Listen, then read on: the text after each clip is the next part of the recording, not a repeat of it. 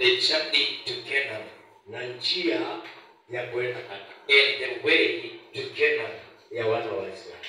for the children of Israel.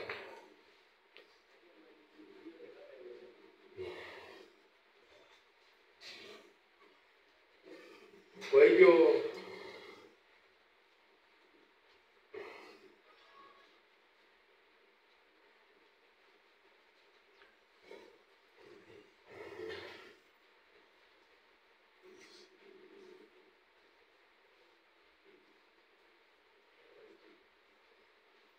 nikarudia tena, I will repeat. safari ya kwenda Kanaani ya wana wa Israeli, The journey of Israelites to Canaan, na njia ya kwenda Kanaani. and the way to Canaan. Kuna neno safari na kuna neno njia. There is the word journey and the word way. Kutoka hapa kwenda Nairobi unaanza safari. From here to Nairobi, Na kuna njia ya kwenda Nairobi. and then there is the road to Nairobi. Na leo kwa kanisa kuna njia ya kwenda mbinguni. And today in church there is way to heaven. Na yule dereva ni Bwana Yesu. And the driver is the Lord Jesus. Kwenda mbinguni ni Yesu mwenyewe. Going to heaven is all about Him. Atatuwezesha kwenda They mbinguni. want to enable us to go to heaven. Wana wa Israeli waliongozwa na Musa na Joshua mpaka wakafika Kanaani. The children of Israel were led by Moses and Joshua to Canaan. Piga Yesu makofi. I appreciate Jesus. Hallelujah. Hallelujah. Yesu ni Bwana. Jesus is Lord.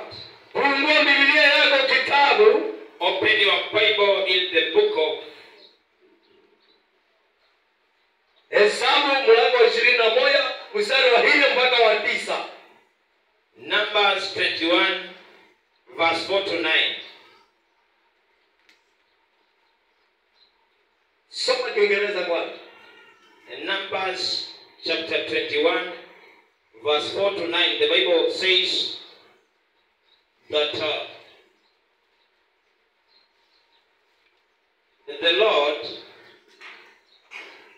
the Lord listens to Israel's plea and gave the Canaanites over to them.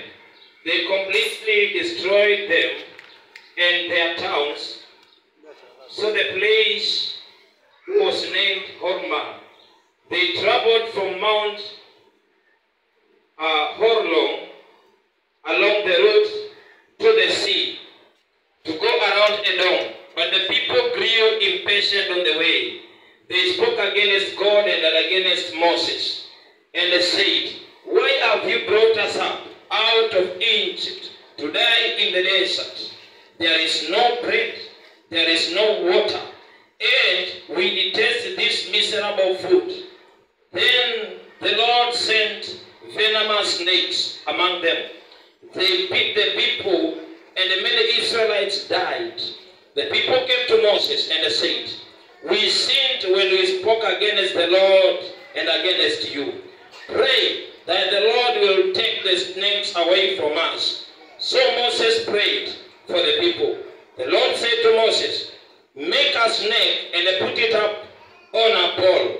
Anyone who is bitten can look at it and live." So Moses made a broad snake and put it up on a pole.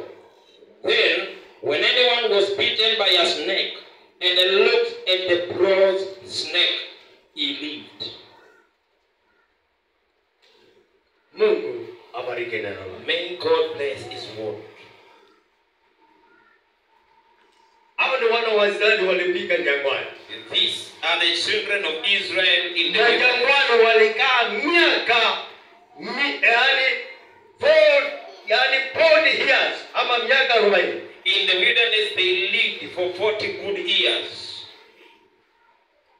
Wewe ukikaa jangwani miaka 40 ni miaka nyingi sana, maana panaitwa jangwa. If you stay in the wilderness for 40 years, it will be so Na long. pale jangwani hakuna shamba. And in the wilderness there is no shamba. Hakuna yani matunda. There are no fruits.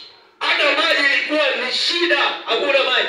Water was in scarcity. Na wakakaa And And they stayed miaka 40. for 40 years. Ukiangalia mstari wa 4, wakasafiri kutoka mlima Hori kwa njia ya bahari ya Shamu ili kuizunguka nchi ya Edomu. Watu wakaba moyo kwa sababu ya hiyo njia. Verse 4 says, they traveled from Mount Hor along the route to the Red Sea to go around Edom. But the people grew impatient on the way. They spoke against God and against Moses. Watu wakasafiri wakapika nchi ya Edomu. Nchi ya Edomu ni mahali pa Esau. Esau wa Edomu ni wa Esau. They traveled to Edom where it belonged to Esau. Zunguka ule mchi. And they went round about the city. Tena ni jangwani. It was in the wilderness. Watu wakaba moyo. And people grew impatient.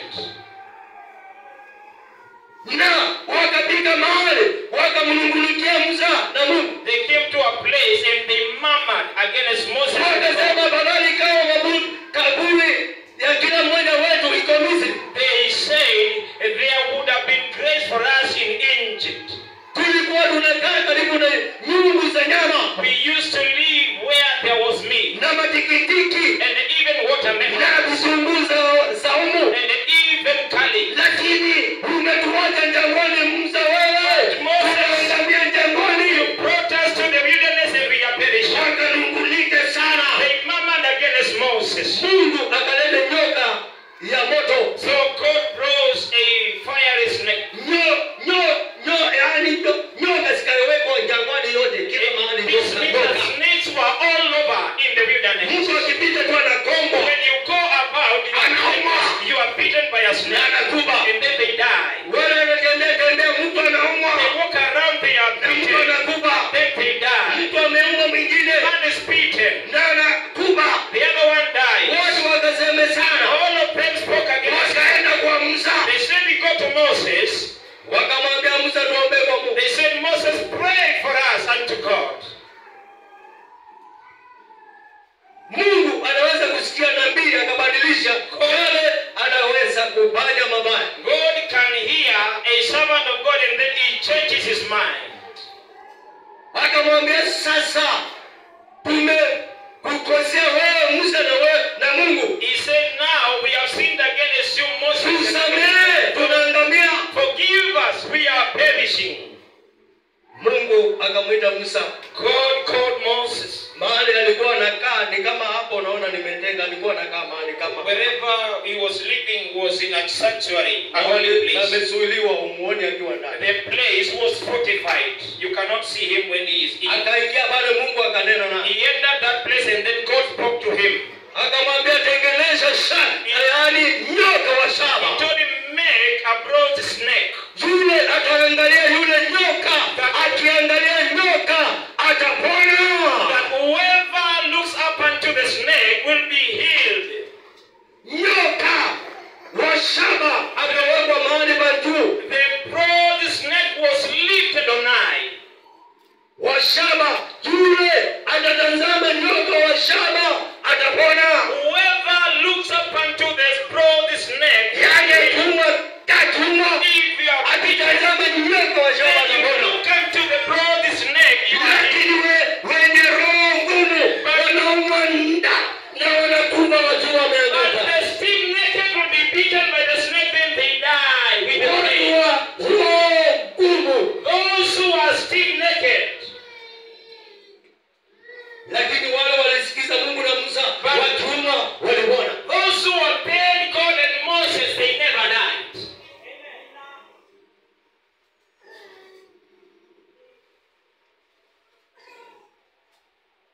Leo Today, sio Musa amesimama, ni Mungu amesimama duniani. it is not Moses standing, but Nyoka wa shaba ni Bwana Yesu ako duniani yote. and the bronze snake is Jesus in the world. Mwana wa mtazama, Bwana wa mapana, mwana wa tao, wakimwangalia wakiuma na nyoka watapona. Those who are beaten by the snake and they look up to Jesus, they will be healed. Nyoka ameuma watu. The snake is beating people. Nyoka mmoja ni korona.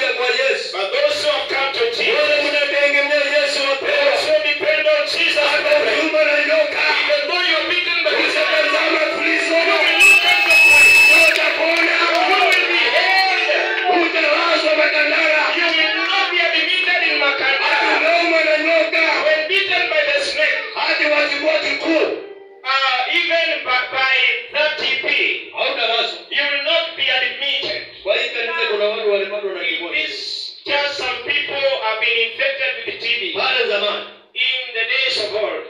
na wengine kilikuwa kinajidisha. The others, this TB had already manifested.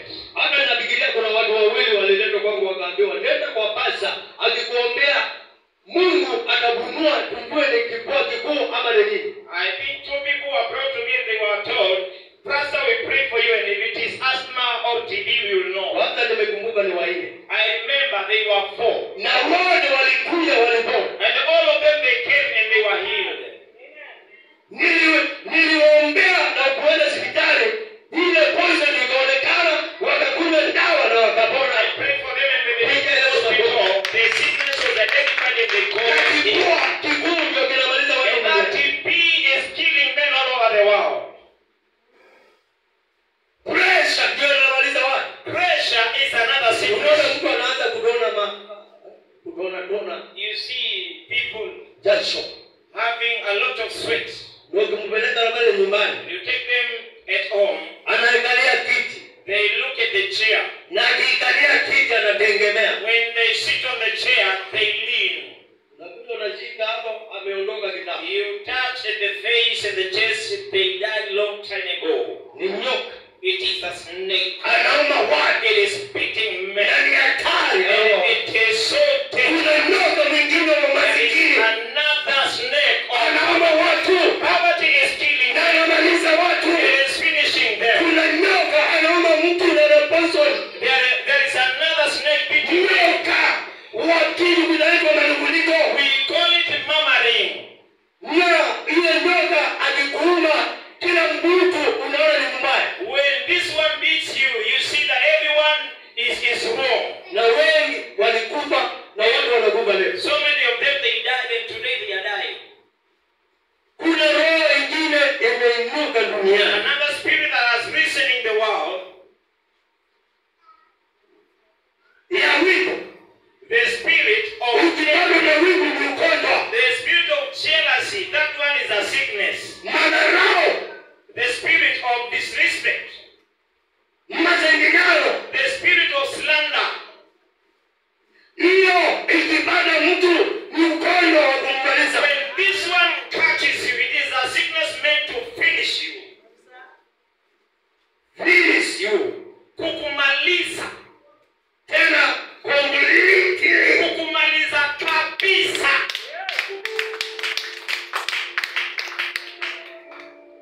Unastahili kumwamini Mungu. We ought to depend on God. Tusiwe hata tukiuma tukapona.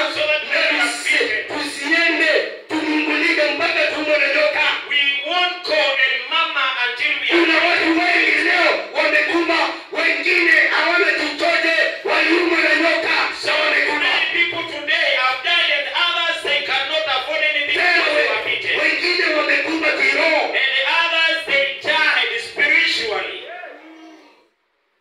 Mtu ameumwa mpaka hata haombi. A man is beaten until they don't pray. Mtu ameumwa hata hawezi kutoa vile You vilivyotoa. are beaten until you cannot give the way we have given Mtu you. hawezi kwenda kanisani, badala aende kanisani katikati ya wiki analala, ameumwa na hiyo nyoka. Someone cannot go to church in the middle of the week, they sleep, they are beaten by the snake.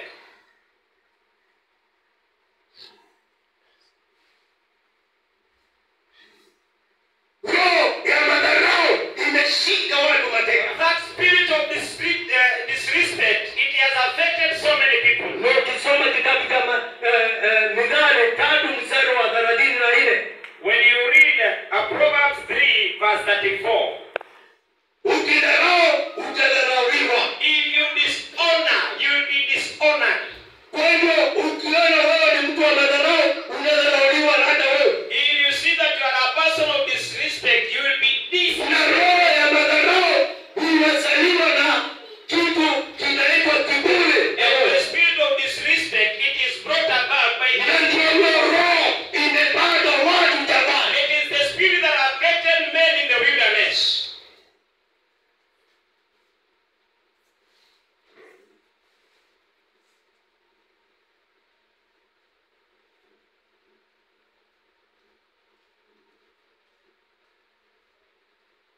Soma Hesabu.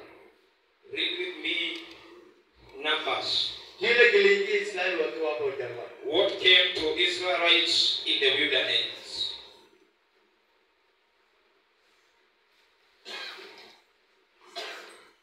Angalia baba. Look at it.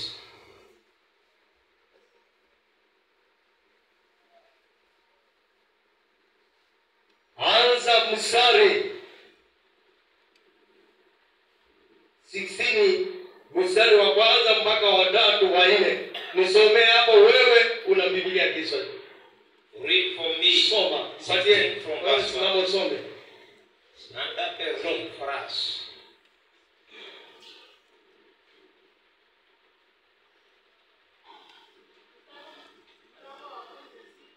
Mstari wa kwanza.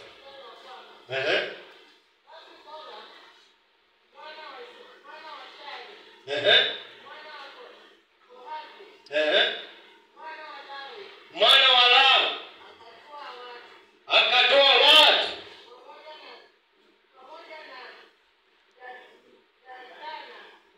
Ndavande mwana wa Eliabu Naoni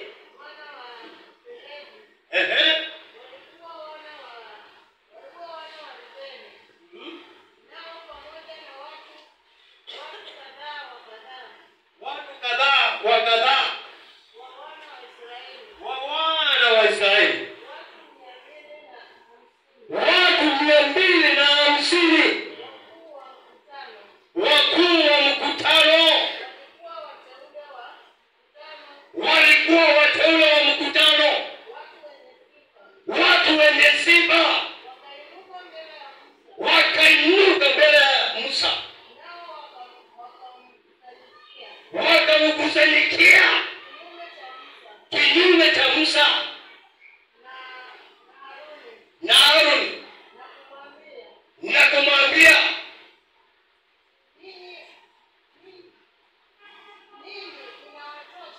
nyinyi inawatosha, mkutano wote ni mtakatifu, kila mmoja miongoni mwao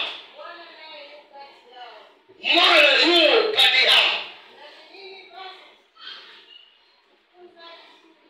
mnajitukuza juu ya mkutano. Ni Musa na Haruni ndio wanaambiwa mkutano wa Bwana. Musa alisikia, akasikia maneno yao, akabomoka. Kubomoka ni kuanguka. Yes. Kisha akanena na Kora na mkutano, akawaambia asubuhi. Na nitaka tusikize vizuri, tulia, malaika wanapita. Asubuhi Bwana atawaonyesha ni kina nani walio wake.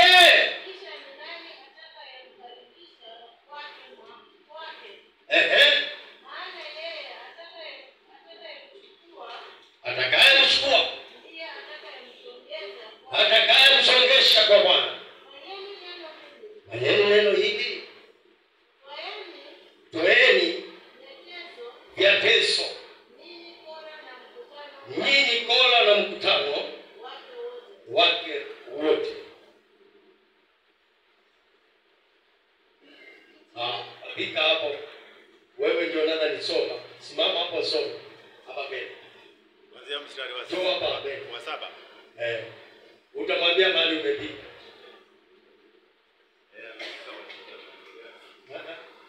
Nenda sana. Umepita wapi? Ndio, wasaba. Ndio. Pitieni na moto, mkaweke na uvumba, mkaweke na upumba juu yake mbele za Bwana, mbele za Bwana kesho. Kisha itakuwa ya kwamba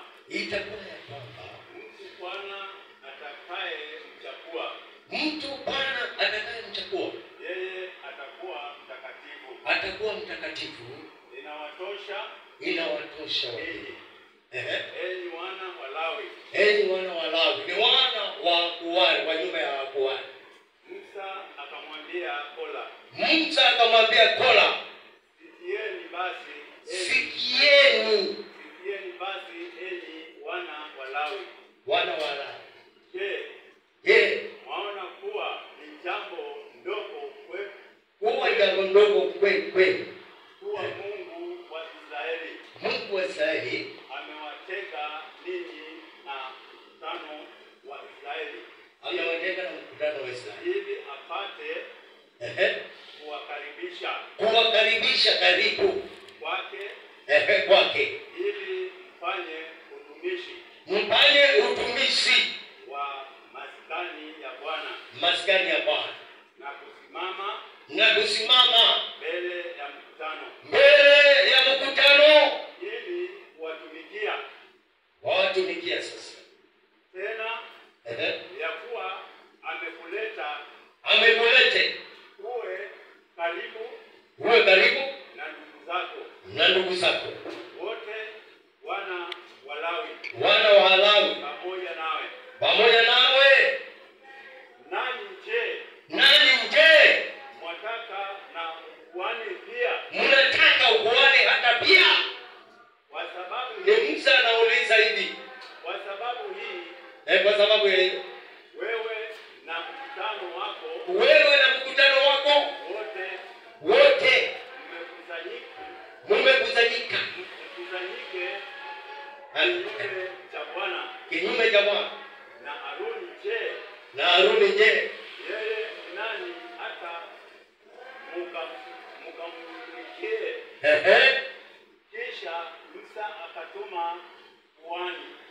Kisha Musa akatuma kuwaita Nadhani na Abiriam wana wa Eliabu, nao wakasema hatuji sisi. Je, ni jambo dogo Yaani hawataenda wala kwa Mungu Bwana Musa. Ni kama vile unaona zileo simama hapo. Watu wakiiko na paza John kanisani kuombe, John kwenda pamoja, wanasema sisi hatuna. Na sio hapa kipekee, ni Kenya na dunia. Soma hapa tumalizie. Mstari wa 13. Je, ni jambo dogo wewe kutuleta kutoka nchi iliyojawa na maziwa na asali ili kutuua jangwani? Lakini nchi na maziwa na asali, na wewe Musa na Haruni mnatua tukiwa hapo jangwani. You, Moses and Aaron, I will want to finish us in the wilderness. Lakini pamoja na haya pamoja na hawa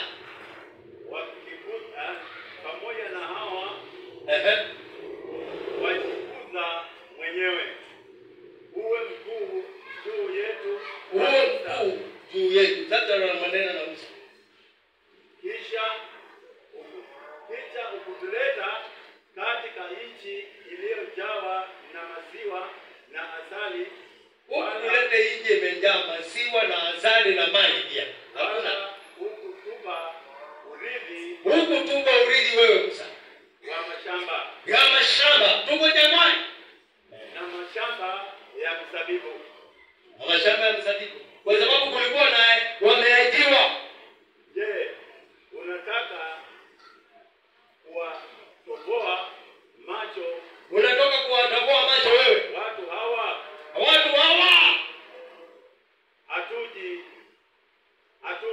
hatuji.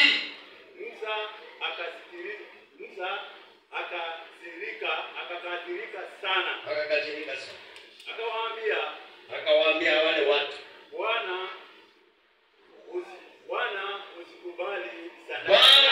usikubali sadaka yao. Mimi sikutwaa hata punda mmoja. Wow. Musa ndio anasema hivi. Wala sikumuumiza hata mtu mmoja miongoni mwao. Kisha Kisha akamwambia Kola, wewe na mkutano wako wote iweni hapa mbele ya Bwana kesho. Muweni hapa mbele ya Bwana kesho. Wewe na wao na Haruni, wale wa Mungu. mkatwae kila mtu chetezo, yani ni kiteso, ni kitu kinaingia kwa Bwana, na kutoa uvumba juu yake. Mkavilete mbele za Bwana. Petezo 250. Petezo 250. Watu 250 wakashikilia wa Walawi. Wewe pia na Haruni. Kila mtu na hawe na chetezo. Mungu anataka ajiridhishe Mungu wa kweli ni nani. Basi wakatoa kila mtu chetezo chake, wakatia na moto ndani yake, wakatia na uvumba ya moto, na kusimama pale mlangoni, pahema ya kukutania, pamoja na Musa na Haruni. Kisha Kola akakutanisha mkutano wote kinyume chao mlangoni pa hema, na utukufu wa Bwana ukashuka ukatokea mbele ya mkutano wote. Kisha Bwana akanena na Musa na Haruni, na kuambia, akawaambia, jitengeni mkaondoke kati ya mkutano huu, katika mkutano huu wa Kola na Dala na Haramu, ili nipate kuangamiza kabisa mara moja. Nao wakabomoka. Saa hiyo Musa na Haruni wameanguka chini kibundikundi na vichwa vyao. Wakasema Mungu, watu wa neema wakasema, Mungu, Mungu wa roho za wenye mwili wote, Mungu wa roho zenye mwili, je, mtu mmoja atafanya dhambi nawe utakasirikia hao watu, umalize watu wote kwa ajili ya watu wachache? Bwana akasema na Musa na kumwambia, nena na mkutano na kuambia, ondokeni ninyi hapa karibu na maskani ya Kola na Dadani na Abrahamu. Basi Musa akainuka na kuwaendea Dadani na Abrahamu na wazee wa Israeli wakaandamana naye. Akasema na mkutano na kuambia, na wasihi, ondokeni penye hema za hawa watu waovu, wala msiguze kitu chao chochote, msiangamizwe katika dhambi zao zote.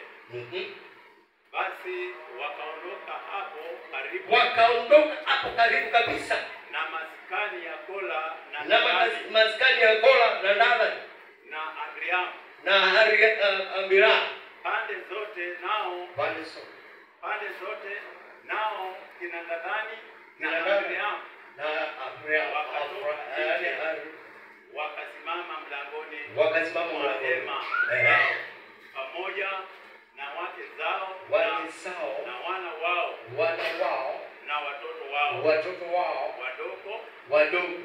Musa akasema, kwa jambo hili mtajua ya kwamba Bwana amenituma ili nifanye kazi hizi zote, kwa kuwa mimi sikuzifanya kwa ajili yangu mimi, kama watu hawa wakifa kifo cha siku zote. Wakifa kifo cha siku zote. Kama watu wote wafanyavyo au kama wakibadilishwa kwa mabadilisho ya watu. Wote hapa basi Bwana hakunituma mimi. Lakini Bwana akiomba kitu kipya, na hiyo nchi ikifunua kinywa chake na kuwameza na wote walio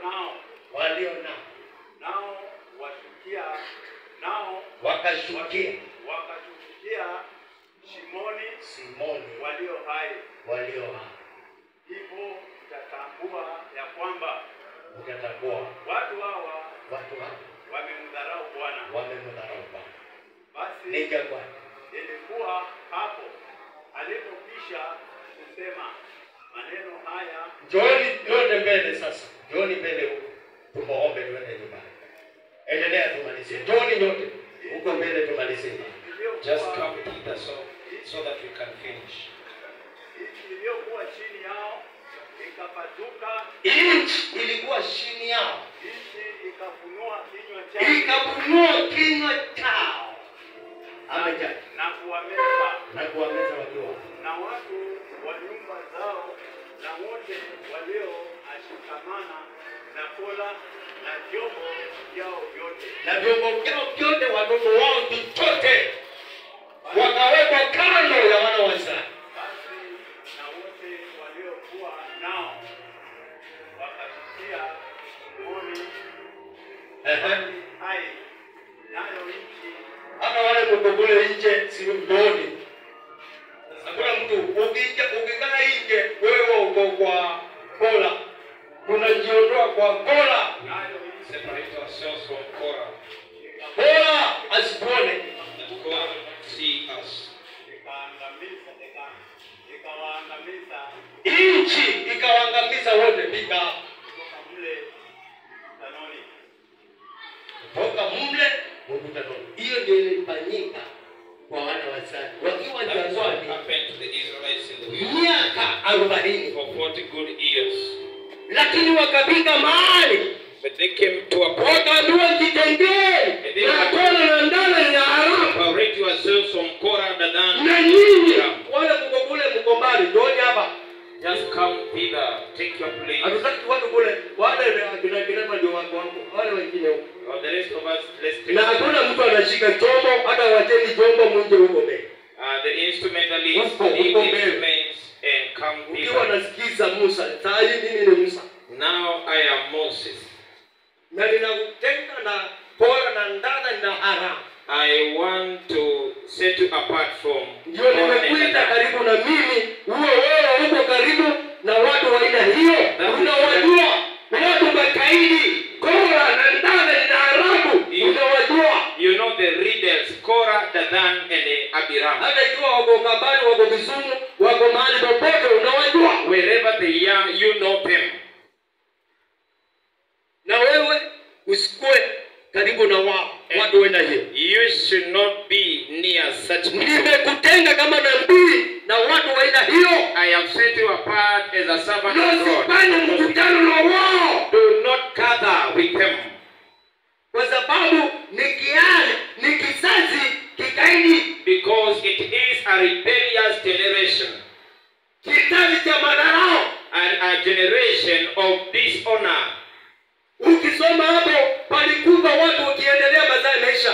Palikuwa watu 100, yani watu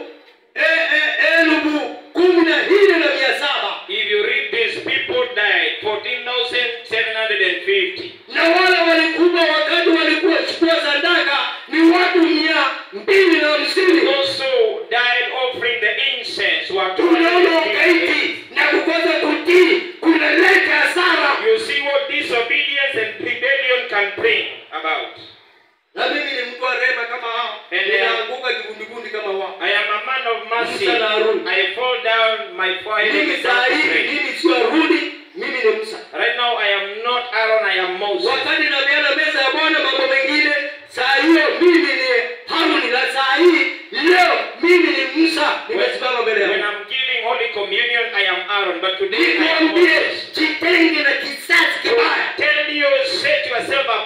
the rebellious generation.